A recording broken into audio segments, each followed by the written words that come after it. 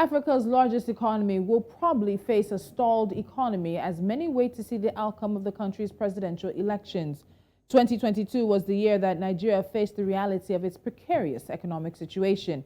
In the first 4 months of 2022, the cost of servicing debt surpassed the government's retained revenue by 310 billion naira. While Nigeria's crude oil production climbed back before the end of the year, the country lost its title as Africa's largest crude oil producer after production went to around 900,000 barrels per day. 2022 was also the year the Central Bank of Nigeria not only redesigned some of the naira notes, but also limited cash withdrawals to address issues around inflation, the amount of money in circulation, and more. Annual inflation in Nigeria climbed to 21.47% in November from October's rate of 21.09%, accelerating for the 10th straight month as food prices surged.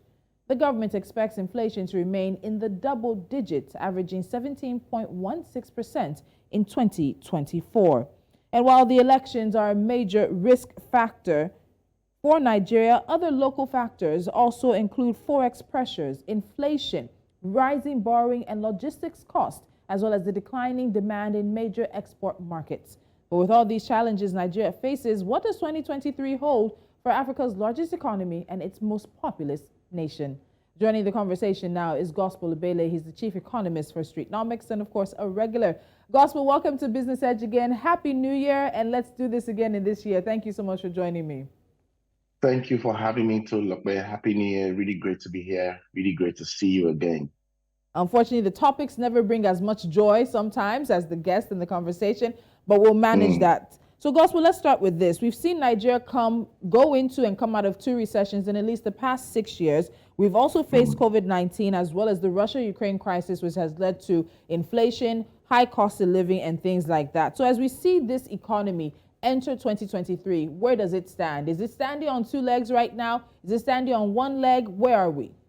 I mean, it's a lot of mixed conversations ahead of 2023. But one thing that's really stands very clear is the fact that there are many uncertainties ahead. And this is very consistent as well with the global economy. But then it triples down heavily on the Nigerian economy, especially when you look at it from a standpoint of the fact that it's a major election year. So economic variables need to be watched closely by corporate institutions who are really interested in how the economy plays out, but much more important in how the markets respond to these events. These events are going to really shape consumer spending. These events are going to shape demand supply economics. But however, opportunities still exist within critical sectors. You know, some sectors are largely very inflationary, are largely exposed and vulnerable to the inflationary dynamics we have right now in Nigeria.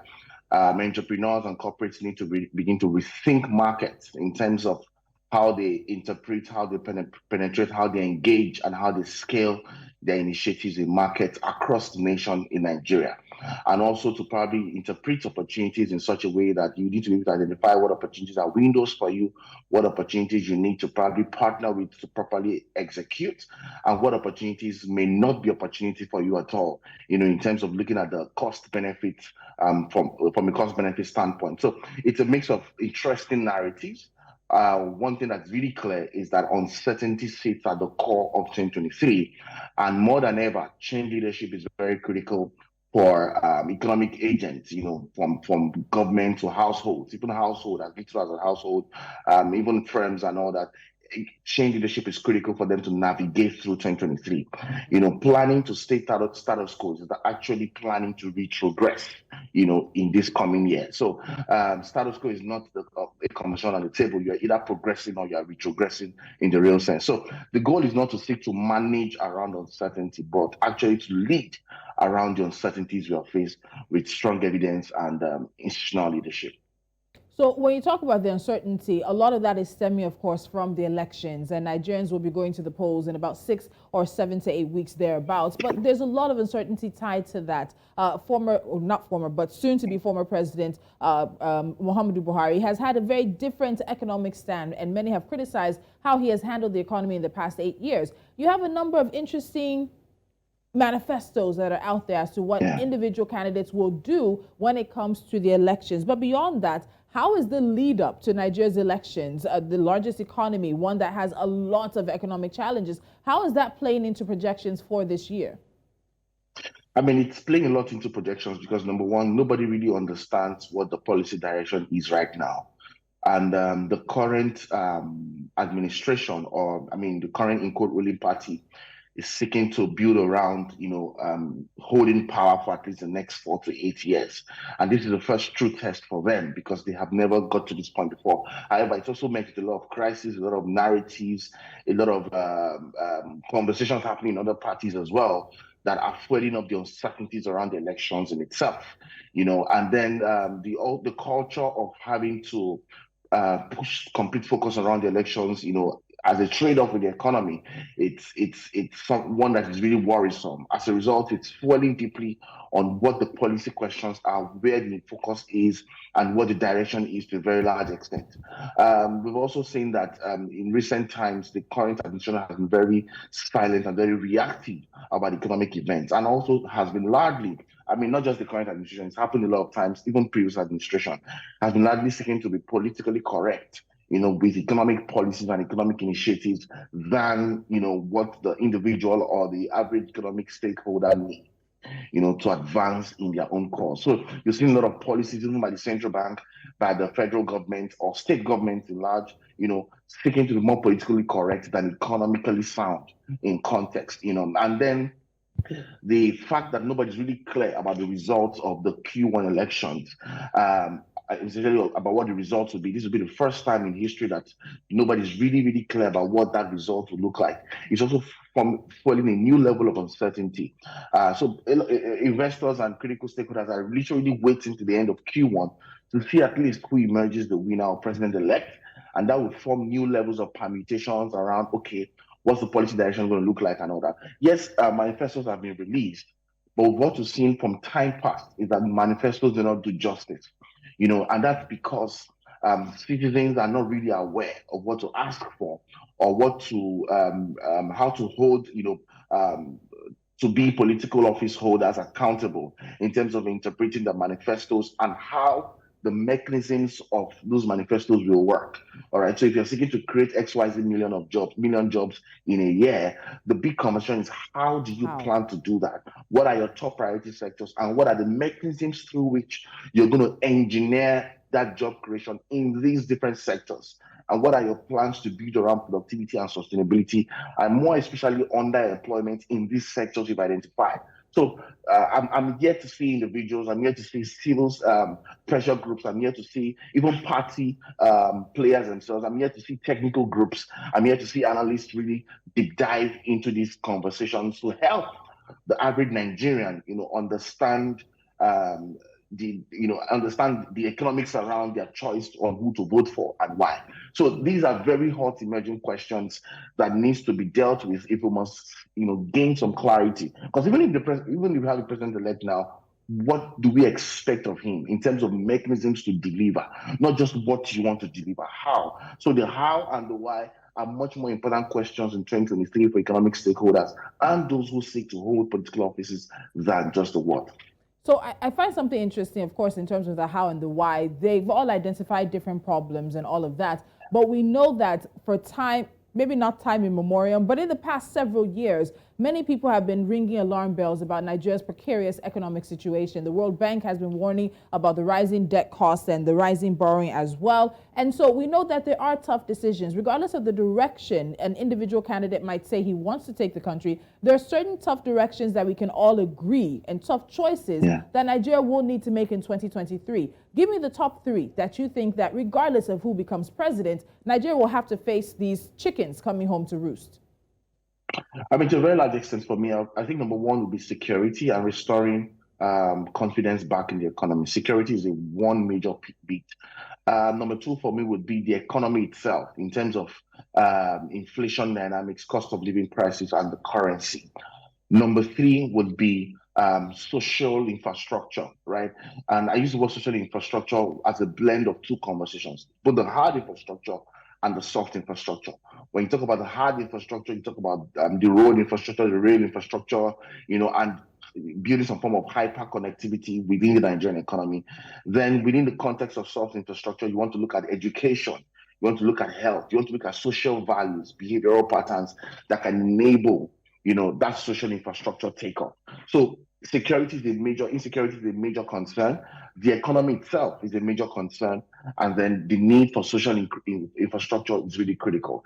If you can get it at least across these 3 points, then begin to push our narrative ourselves, all right, across board, export our narrative across borders, then we can begin to change or influence the narrative, at some level, and then we begin to take off from there. So those three, I mean, there are many other things that we need to look at, but those three sort of are headline right now, that are bordering on many things. Even investors outside the country, Nigerians in diaspora, have a huge challenge going back home, trying to identify what's happening back there, throwing back investments into the Nigerian economy because of the big conversation of insecurity and the naira. So even if I invest my hard-earned dollars or pounds, as the case may be, into the Nigerian economy, what's the possibility that, when I do business in naira, I gain value for that? So there are big questions around that. And then what's the possibility that my investments are also secure within the current political and economic landscape right now? So I think those things are really critical: insecurity, the economy, and social infrastructure. And a lot of interconnectivity, as you've said. So let's move away from those elections conversations. But there's a lot of local risk factors that remain that must be taken into cognizance in 2023. Forex pressures. We saw 2022 be a year where the naira just touched 1,000 naira to the dollar, and a lot of movement, different ways coming about. We also saw the CBN do some interesting things with policy, as I mentioned earlier, of course, redesigning the 200, the 500, the 1,000 naira notes, addressing the cash withdrawal situation, of course, adjusting that just about 2 weeks ago. But you also have issues around inflation, rising borrowing, logistics costs, as well as declining demand of major export markets, and Nigeria being unable to take advantage of the high crude oil prices on the international market. When you look at these local risk factors, where do you think things are going to land in this year? To be very honest, it's because we don't have a culture of rigor, analytically looking at events and then applying strong, proactive public leadership skills, towards navigating those events towards your advantage. That's a lot of science and acts, involved in that. Because we don't have the culture of that, it's likely going to be more reactive, than proactive response to events this year. Knowing fully well, like you mentioned, you've identified the local risks. Those risk would amplify at different levels because there are evolving sentiments globally that are reinforcing those risks. All right, you have the ECB is going in a particular narrative, the Fed is also going in a particular narrative. You also have the Eastern Europe conversations. Then the geopolitics narrative is also evolving in a way that nobody really understands. Africa itself looks like the grass or the field or the battlefield for all these narratives. Everybody's interested in Africa, but no one's really saying anything strategic. And Africa is not owning up itself to its own challenge or seeking to be self-reliant or competing in any way. So when you look at all of these, in context with the Nigerian economy and our long-standing culture of being reactive, there's a high possibility that we're going to stay reactive within the context of these events, and especially how these events impact us. So we were seeing traces of that last year. The run-up of policies that the central bank introduced. It spoke more around the pressure around to manage the economy, than to practically deal with the structural issues that border heavily on this narrative. A friend was telling me yesterday that the naira has never depended on the local economy, to restate its value. It's more around the international engagement and all that. I agree that those sentiments impact on the naira, but a thriving local economy, would help to a very large extent to build a fabric or the sort of like the shock absorbers, around managing these events as well. So until we begin to deal with the root causal value chain focused issues on these local risk elements, I do not think that we would really make any significant progress towards enabling the Nigerian economy, regardless of who gets into power. All right, so all these events are regardless of who gets into power. So regardless of who gets into power, you still need to come back to deal with the social and structural economic fundamentals to get the economy back to what it should be. Not where it used to be actually, because I don't think we used to be in any good place. So that needs to happen. And until that happens, we can't really take off on a proactive note. So corporates are going to be very reactive. Markets are going to be very reactive as well. It's going to be a very reactive year as opposed to be a very, very proactive year. Okay, so in terms of that reactivity, let's look at another critical part of Nigeria's economy, which is, of course, oil and gas. So we've seen the National Assembly pass a 21.8 trillion naira budget, pegging Nigeria's crude oil benchmark at about $75 per barrel, above the 70 previously that they had looked at. But also we saw this past 6 months or so, a lot of conversation around Nigeria's production, the capacity, the quota, all of that. Nigeria losing its title of Africa's largest crude oil producer at one point in time to Angola, hitting about 900,000 barrels a day. But December projections are not out, but we're roughly back to around 1.2 million barrels. So I ask all of this to look at the positives that we're seeing from the non-oil sector in Nigeria. So in the third quarter of 2022, GDP figures show that the non-oil sector dominated economic performance by contributing around 95% to Nigeria's GDP. But we've been on the path of diversification for several years now, and we've seen some of the fruits of that, but it simply is not enough. In terms of this diversification, again, regardless of who comes into power in 2023, what does Nigeria need to do to further diversify its economy? I think we've learned lessons from COVID-19 and the Russia-Ukraine crisis that those external factors are major, major issues for our economy. I mean, thank you so much, Tolulope. I believe strongly the Nigerian economy is already diversified. I do not think we need to do more around diversifying the economy itself. I think we need to do a heavy and a serious work around organizing the already diversified structure of the economy, for competitiveness, number one, for revenue, so for form of organized revenue structuring, and also for growth. So those three levels, competitiveness, revenue, and growth, those three levels are the points across which we need to begin to organize for. In terms of organize how the players work, organize how the markets work, organize the infrastructural elements that need to go into that organization to ensure that we are export ready and we're doing more. Like you mentioned, the non-oil sector contributes about 95% to the Nigerian economy. And for H1 2022 alone, raked in revenue as high as 1.1 trillion more, than the oil revenue bit. So that's to tell you that there's a huge potential. The services sector itself only holds about 57% of GDP right now in the Nigerian economy. That's a huge potential. But I can tell you for free that we do not have a data, we don't have any data to even start with the basics. We don't have data across, players in the service sector. There is no one industrial policy on the service sector. There's no one investment policy on the service sector. So that's to tell you that the argument for diversification is not really diversification itself, but in organizing the already diversified structure of the Nigerian economy to be productive. And that's where the focus should be, because once it's productive, you begin to rake in proper revenue elements, you begin to rake in proper positioning for the economy in terms of real growth. One of the major reasons why, and as much as the oil sector non-oil sector contributes more to growth, we've not really seen it. It's because they've not been able to plug the non-oil sector elements into the core growth drivers and growth elements of the Nigerian economy. And there's a lot of, like I mentioned again, in the previous response, this whole reactive bit of our culture, and I use the word culture because it's not just for the government only. The Nigerian people are naturally reactive. Nigerians are naturally reactive. Corporates are naturally reactive. Most of the institutional elements in Nigeria are largely reactive. And that would mean that we have focused more on the oil sector and then hinged all our energy around how the oil sector can rake in more money for us. Hinged all the conversations around we are producing lower than expectation. There's pipeline ventilation. I mean, with the young people, anything outside of that, in my own humble opinion, is not growth. No matter if you hit 2 to 5 or 8%, no matter what you hit, it's not still growth. It's just a vicious cycle of some form of stagnation in the true sense of things.